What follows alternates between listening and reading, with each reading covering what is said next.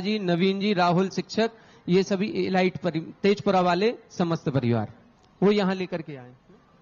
जिज्ञासा करें। गुरुदेव के चरणों में नमोस्तु नमोस्तु नमोस्तु।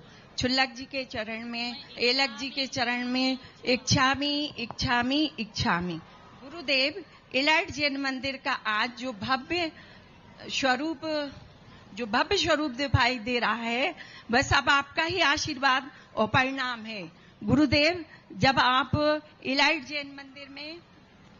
जैन मंदिर में अस्थायी वेदी विराजमान थी, नई निर्माण काल चल रहा था और उस समय अनंत बीमारी की दशा थी मेरी।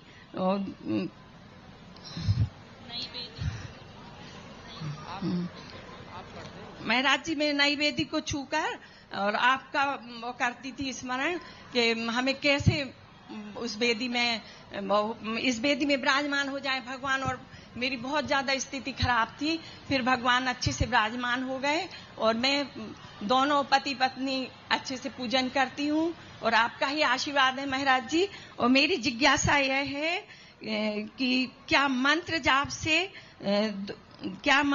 से संकट दूर होते हैं? जिज्ञासा का समाधान कीजिए। मंत्र जाप में जितनी भी चीजें हैं सब संकट मोचक ही हैं, लेकिन पर्टिकुलर तुमको संकट मोचक बन जाए नहीं। कोई भी बीमारी होती है तो उसको दवाई लेना पड़ती है और दवाई लेने से कर्मों के कारण होता है।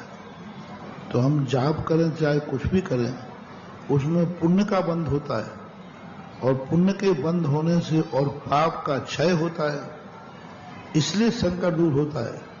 कोई पर्टिकुलर अपने कर्म सुधारना पड़ेंगे। भक्ति से हमारे कर्मों में परिवर्तन आता है।